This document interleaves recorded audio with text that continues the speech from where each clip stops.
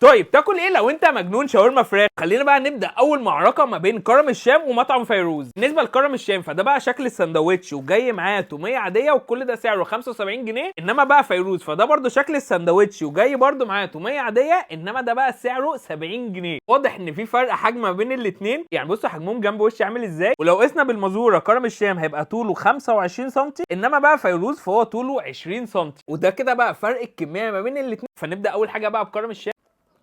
نجربه كده. طب التوميه بتاعته، يعني هي التوميه بتاعته طعمها ضعيف سيكا، لكن صراحه تتبيله الشاورما اللي في القلب مجرمه بكل التفاصيل. خش بقى على فيروز.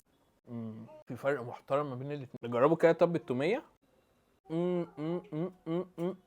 بس هو هنا الصراحه بالرغم من ان تتبيله الشاورما بتاعت فيروز انا بحبها شخصيا، يعني هو بالنسبه لي من افضل الاماكن اللي بجربها عموما، بس الساندوتش حاسس ان هو ناشف كده او حاسس بالعضه بتاعته. وبرده تتبيله كرم الشام افضل بحاجه بسيطه، فالصراحه كرم الشام هو اللي يكسب معانا اول